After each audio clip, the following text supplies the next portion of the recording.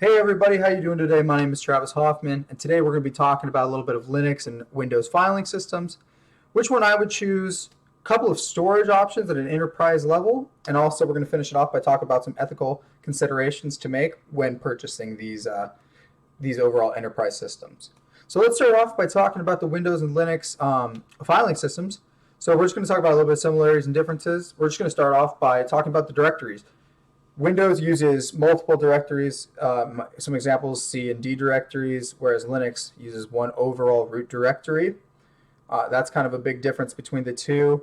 Another difference between the two would be the types of filing systems that are used. So Windows uses their own filing system called the NTFS, which is the New Technology Filing System, whereas Linux will use something kind of like ext4. They'll use XFS, and they'll also use BT RFS. So a couple of similarities. Windows and Linux both have the ability to place access controls or access permissions onto individual files. Access permissions being read, write, execute. They have that similar. They also both support symbolic links. That's also a very big similarity between the two of them. But another big difference between them is the naming of the files themselves. So in Windows, it's case insensitive, so no matter what you name it, that's the only name for that file. It's the only name of any file can be is that name. So in compared to Linux, where if you change one letter to an uppercase, it's a whole new file. So that's kind of the difference between those two systems.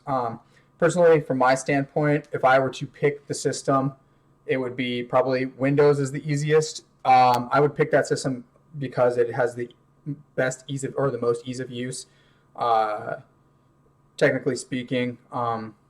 Because if you want to use Linux, you kind of need a little bit more technical know-how since it's an open source command line based system. Windows is more familiar. People often use it more. So that's kind of why I would lean more towards Windows.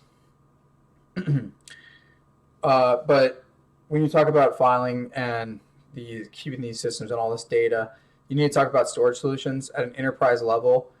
So the two that I found were network attached storage and storage area networks. Network attached storage is the most popular among all the devices. So it's connected to an entire network and not just an individual user. So that kind of makes it available, or makes it scalable, and it makes it so that it can be integrated to support additional enclosures and expand storage. However, kind of a con to this is because it's a network system, or it's a network solution, if you have an issue with the network, or if you have an outage or downtime, or something happens to your network, that's going to affect your storage solution in comparison to something called storage area networks, which it's more of an enterprise and data centered oriented solution. However, this solution, it provides the best performance, reliability, and scalability between the two. The only con with this one would be the complexity of implementing and maintaining the solution without the proper hardware or software. So that might discourage a company to use it, which is why a lot of companies and enterprises use NAS. It's an easily implementable solution. So now if we talk about kind of the ethical concerns with deciding whether or not you want to go with one or another, from a Christian perspective, on me growing up, I'm a Christian. I was always taught to kind of like make sure that everyone is okay. You got to kind of look out for everybody. So I wouldn't do it just because it's cheaper. I would look at a system that's easily understood, that provides the most protection and best data and scalability, performance, while also being able to allow people to easily understand it. The ease of use has to be there because I'm not just the one using it, everyone else is. And that's kind of like the ethical concerns. You kind of have to think of outside of yourself and outside of what's best for the company. You have to think about what's best for the employees at the company as well. You need to factor them in. So that's kind of where we're at there.